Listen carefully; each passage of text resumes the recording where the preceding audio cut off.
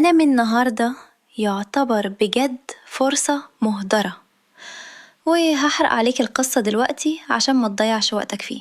الحكاية بتبدأ مع ساتو وهو صغير، بتيجي أميرة من عالم تاني تعيش معاه، وبنشوفهم بيكبروا سوا في جو رومانسي هادي. ولما جه الوقت إنها تمشي وراح وراها عالمها لأنه بيحبها.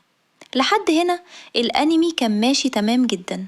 قلنا بقى هيروح هناك يواجه والدها، يبقى بطل ويتجوز هيمي وخلاص. بس لا، المخرج كان ليه رأي تاني خالص.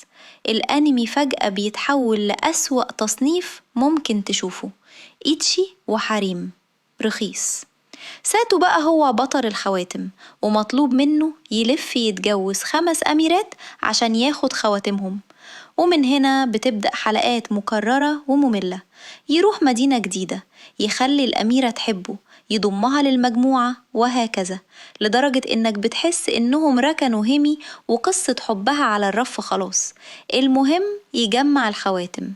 والضحك الحقيقي بقى هو الشرير ملك الهاوية، اسم على الفاضي، لا ليه حضور ولا ليه هيبة، مجرد شماعة للقصة. مفيش أي تطوير للشخصيات، المجهود كله ضايع في إزاي يخلوا البنات يلبسوا هدوم أقل في كل حلقة. واللي يزيد الطين بلة إن الأنمي ده بجد اتعمله موسم تاني. نصيحة مني، وفر وقتك، الأنمي ده مجرد غلاف حلم لقصة فاضية تماما.